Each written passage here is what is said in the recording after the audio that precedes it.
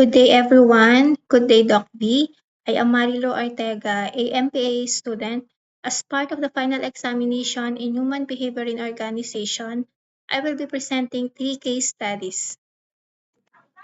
My first case study is about motivation.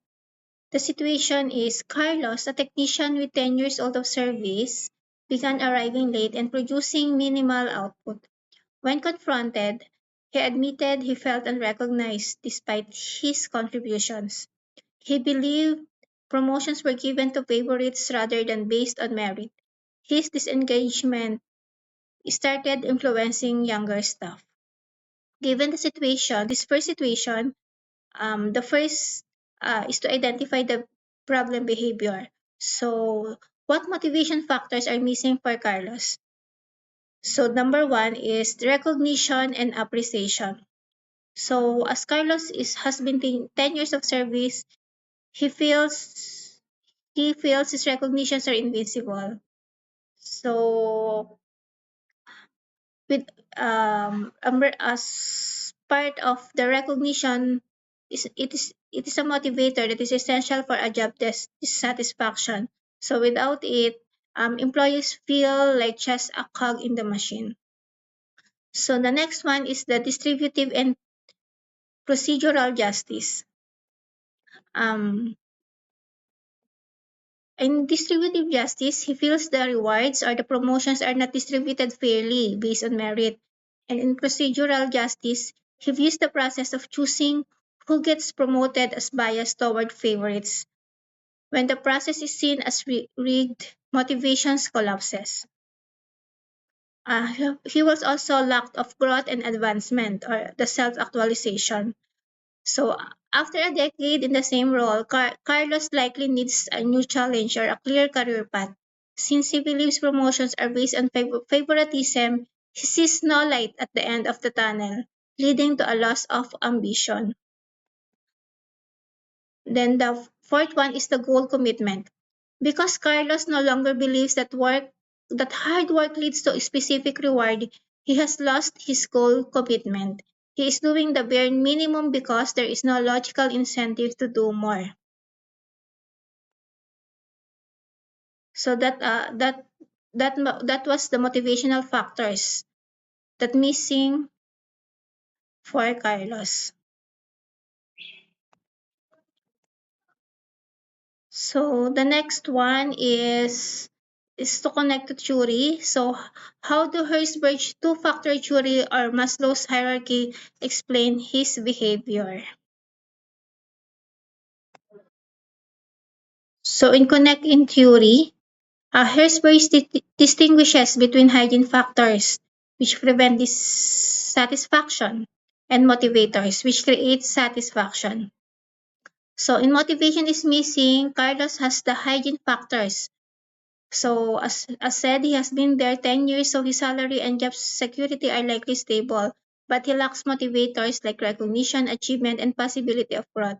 So as a result, without motivators, an employee doesn't necessarily quit immediately, but they become unmotivated and do the bare minimum. They lost the drive to excel because the work itself no longer feels rewarding.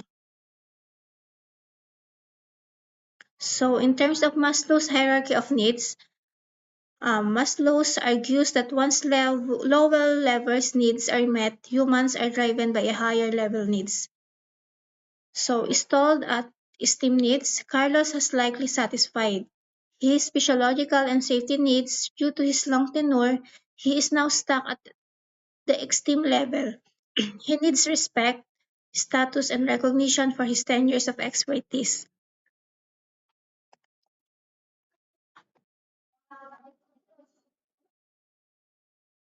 In lacks self-actualization, because he perceives a glass ceiling where only favorites get promoted, he feels he cannot reach self-actualization, realization of his full potential.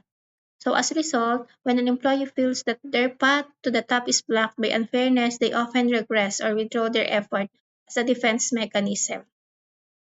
In self-actualization, which is the highest level in Maslow's hierarchy, where a people seeks to become the best, they can be, Carlos has stopped reaching for this because he feels the system is rigged.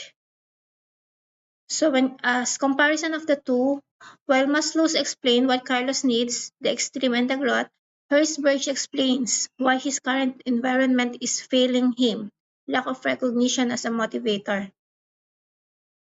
So as theory, why Carlos is struggling, so in Maslow, his need for esteem and self-actualization is being ignored by the company.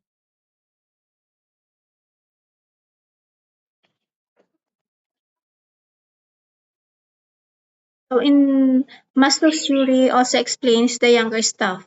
They see Carlos a veteran being ignored, which threatens their own safety and esteem needs. They think if it happened to him, it happened to me, leading them to disengage too. So they will be influencing with their younger staff. So next question for this case, what specific strategies could management use to re-engage him? So what specific corrective actions? So first is conduct a stay interview. Instead of formal reprimand for being late, the manager should have a one-on-one conversation focused on his future. So the goal is ask him what would make your work more meaningful and acknowledge his 10 years of expertise. So the outcome, this addresses needs to recognition and validates his esteem needs, which the Herzberg and the Maslow's theory will come in. The second one is implement job enrichment. Since Carlos is only producing minimal output, his current task may have become repetitive or feel dead end. So the strategy, assign him as a lead mentor to the younger staff. The impact, this turns his negative influence into a positive leadership role. It gives him a new status without necessarily needing an immediate budget for a promotion. So transparent meritocracy or procedural justice. So management killed the favoritism rumor by making the promotions process objectives. So strategy, publish a clear competency map or rubric. If a promotion is coming up, show exactly what scores or metrics are required to get it. So the impact, this restores instrumentality. Carlos will see that if he puts in the effort, the reward is actually achievable and not just for favorites. So for instead of saying Carlos is doing a good job, management can assign him to lead a high visibility or special project that requires 10 years of technical knowledge. This signals to him and the team that his expertise is vital to the company's success. So in recognition programs, if Carlos feels invisible, a formal acknowledgement can shift his attitude. This strategy introduced a long service excellence award or a public shout out in company meetings for his specific technical contributions. The impact, this directly targets distributive justice. He finally receives an outcome that matches his input. And the collaborative goal setting. So involve Carlos in the department or decision-making process. Ask for his input or improving technical workflows. And as impact, this moves his self-actualization. When an employee feels they help build the system, they are less likely to sabotage it by being late or unproductive. So re-engagement must be built on trust and recognition, not fear. So the next case study, so in terms of decision making, Ramon, a manager, made unilateral decisions about resource allocation. His team felt ignored and disengaged. Project outcomes suffered because his decisions lacked practical input from those doing the work. So in identifying the problem behavior, what are the risks of unilateral decision making? So in a professional setting, unilateral decision-making happens when a leader makes choices without consulting the people affected by them.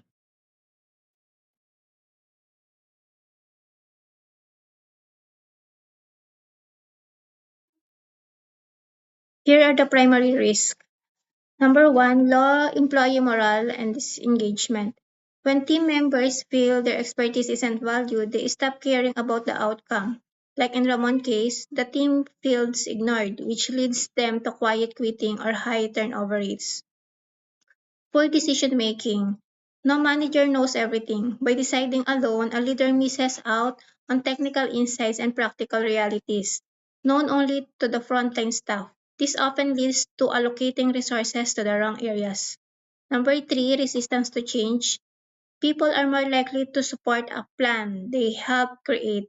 If a decision is forced upon them, they may be consciously or unconsciously resist implementing it, causing delays or even sabotage. Innovation is stagnation. If a leader always decides alone, the team stops sharing new ideas. Over time, the organization loses its creative edge because new ways of doing things are never explored.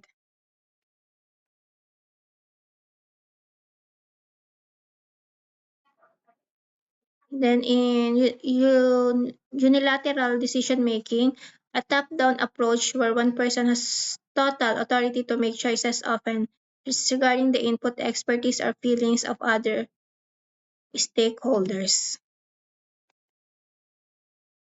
So the question is, how could group decision making improve outcomes?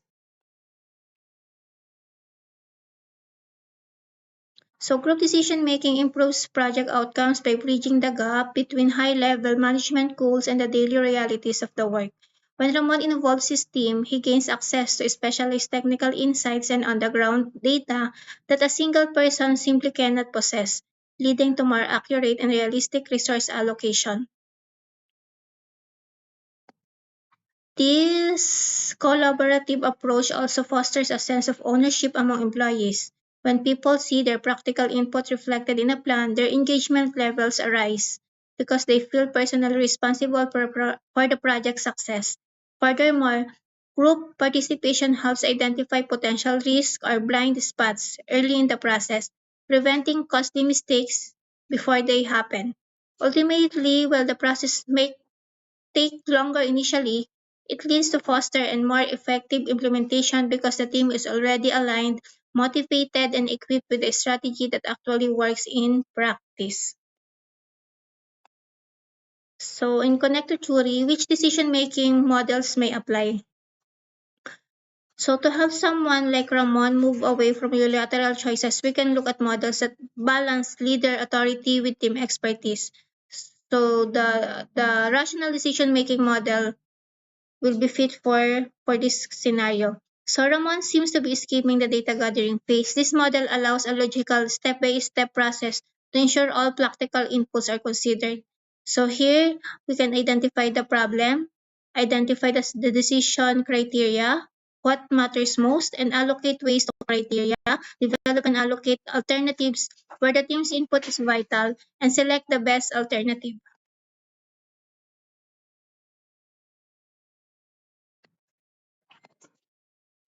So the last case study regarding the change resistance. The scenario is the school introduced a new digital HR system. Older employees resisted, saying the manual system was good enough.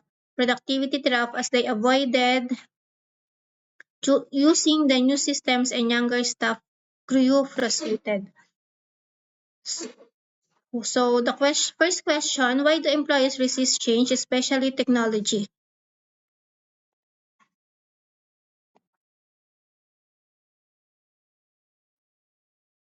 So here, when the school introduced the digital HR system, the friction occurred because the change disrupted the establishment comfort zone of the staff. Here are the primary reasons why employees, specifically older ones, resist new technology. The first one is they are fear of the unknown and job security. Technology often brings that fear that human roles will become obsolete. Older employees might worry if they cannot master the digital system as fast as younger peers. They might be replaced or viewed as less valuable. The second one is the loss of competence or the learning curve. Employees who were expert in the manual system suddenly feel like beginners again. This hit to this professional ego can lead to frustration. They prefer the manual system not because it is better, but because they are already good at it. So number three is increased workload. In the short-term learning, a new system feels like extra work on the top of their daily task. If the benefits of the digital HR system aren't immediately clear, they see it as a burden rather than a tool. And they are fear of the poor communication. If the school administration simply announced the system without involving the staff in the process, employees feel a lack of control. Resistance is often a way of reasserting that lost control. So into connected theory, so the Lewis change model, the three steps, the unfreeze change be applied. So to address the friction between the digital HR system and the staff, so the Kurt Lewin three-step model, this framework focuses on all breaking old habits before cementing new ones. So in unfreeze or preparing the change, this stage is about breaking down the manual is good enough mindset. You must show why the status quo is no longer sustainable. So we have to create urgency. Explain the downsides of the manual system. Example is lost records, slow processing, or errors in pay. So acknowledge emotions. Openly discuss the frustrations of the older staff. Let them voice their fears without judgment and challenge the norm. Help them realize that the school needs to modernize to stay competitive and organized. So in the step of change or the transition, this is the hardest part where people actually learn and adapt the new digital HR system. It is a period of confusion and transition. So the first is hands-on training. Instead of one big seminar, use small manageable workshops. Support systems. Use the younger staff as mentor. This reduces the burden on IT and fosters peer-to-peer learning. And the quick wins highlight a small success. If a senior teacher successfully files a leave request digitally in 30 seconds, celebrate the efficiency to build confidence. And the third step, the refreeze or stabilizing the change. This stage ensures the staff doesn't go back to their old manual ways only the initial training is over. Make it standard. Gradually remove the manual options so the digital systems become the only way to perform each HR task.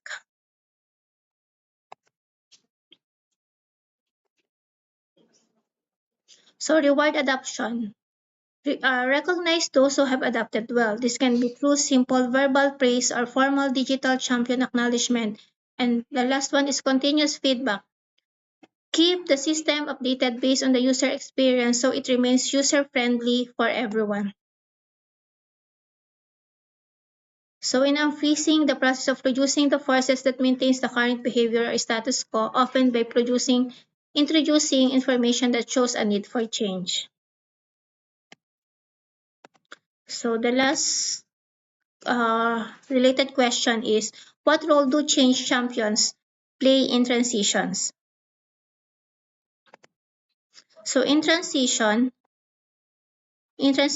like schools digital shift, change champions are the bridge between the management visions and the employees' reality. They are necessarily bosses.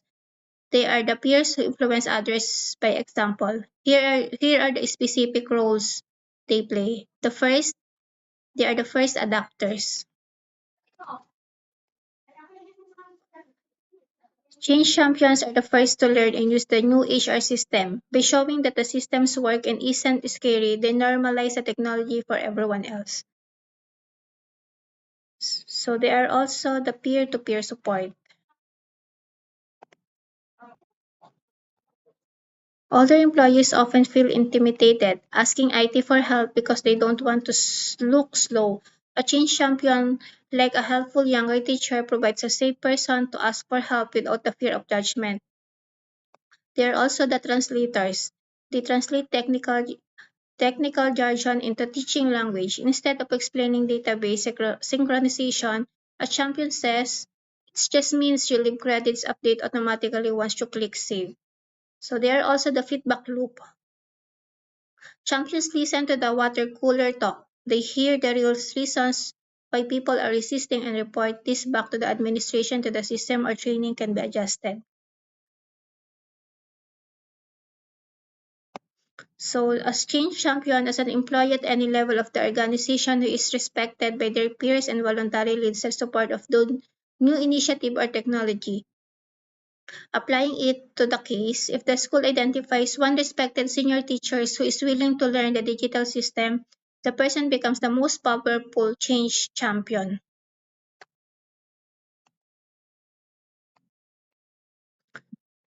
An employee at any level of the organization who is respected by their peers and voluntarily leads a support for a new initiative or technology. So that would be the three case studies assigned to me, and that would be all. And thank you. God bless.